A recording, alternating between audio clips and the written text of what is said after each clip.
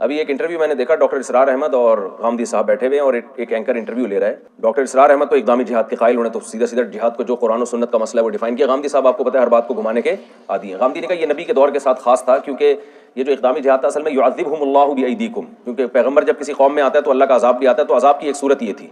Doctor इसरार ने कहा फिर ये तो नबी के दुनिया से जाने के बाद भी सहाबा करते रहे हैं पूरी दुनिया में जिहाद, तो घुमा घुमा के वो पूरे जिहादी का इनकार कर दिया। डॉक्टर इसरार अहमद साहब का मौक़िफ़ वही था जो अहले सुन्नत वल जमात का मौक़िफ़ है, उन्होंने बड़े अच्छे, तो उस पर उसने एक एतराज़ किया कि इसका मतलब फिर अमेरिका भी जहाँ जिन मुल्कों पर हमला कर रहा है वो ठीक है, इसका मतलब है। उन्होंने कहा फिर अभी क्यों नहीं करते? उन्होंने कहा अभी पावर ही नहीं है मुसलमान कंट्रीज़ के पास, वो खुद असलहा गैर मुस्लिमों से ले रहे हैं, तो उन पर चढ़ाई कहाँ से करेंगे? तो इस पर बहुत ज़्यादा गैर मुस्लिम एतराज़ करते हैं कि ये कौन सा किस्म है जिहाद की है। तहकीकी जवाब तो ये है कि ज़मीन अल्लाह की है। इस्लाम का जिहाद किसी खास कौम के लिए नहीं होता। इस्लाम का जिहाद नजरियाती बेस पे है, और वो नजरिया 2 और 2 4 की तरह वाज़ेह है कि जमीन पर अल्लाह की हुकूमत होगी, अल्लाह का निज़ाम होगा।